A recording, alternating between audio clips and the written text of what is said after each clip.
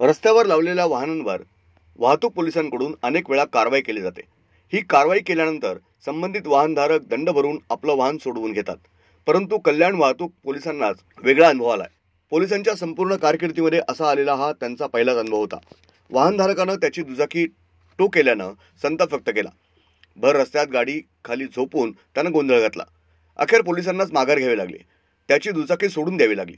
कल्याणच्या खडकपाडा परिसरात ही घटना घडली आहे। या घटनेची सोशल मीडियावर चांगली चर्चा सुरू आहे। कल्याणच्या खडकपाडा परिसरात नो पार्किंगमध्ये दुचाकी वाहन उभं होतं। वाहतूक पोलिसांनी नेहमीप्रमाणे कारवाई सुरू केली। त्या वाहन चालकाची गाडी टोईंग केली। पोलिसांनी आपली गाडी टोईंग केल्यामुळे वाहन चालक संतप्त झाला। पोलिसांकडून गाडी सोडवण्यासाठी संतप्त चालकानं अनोखी शक्कल लढवली।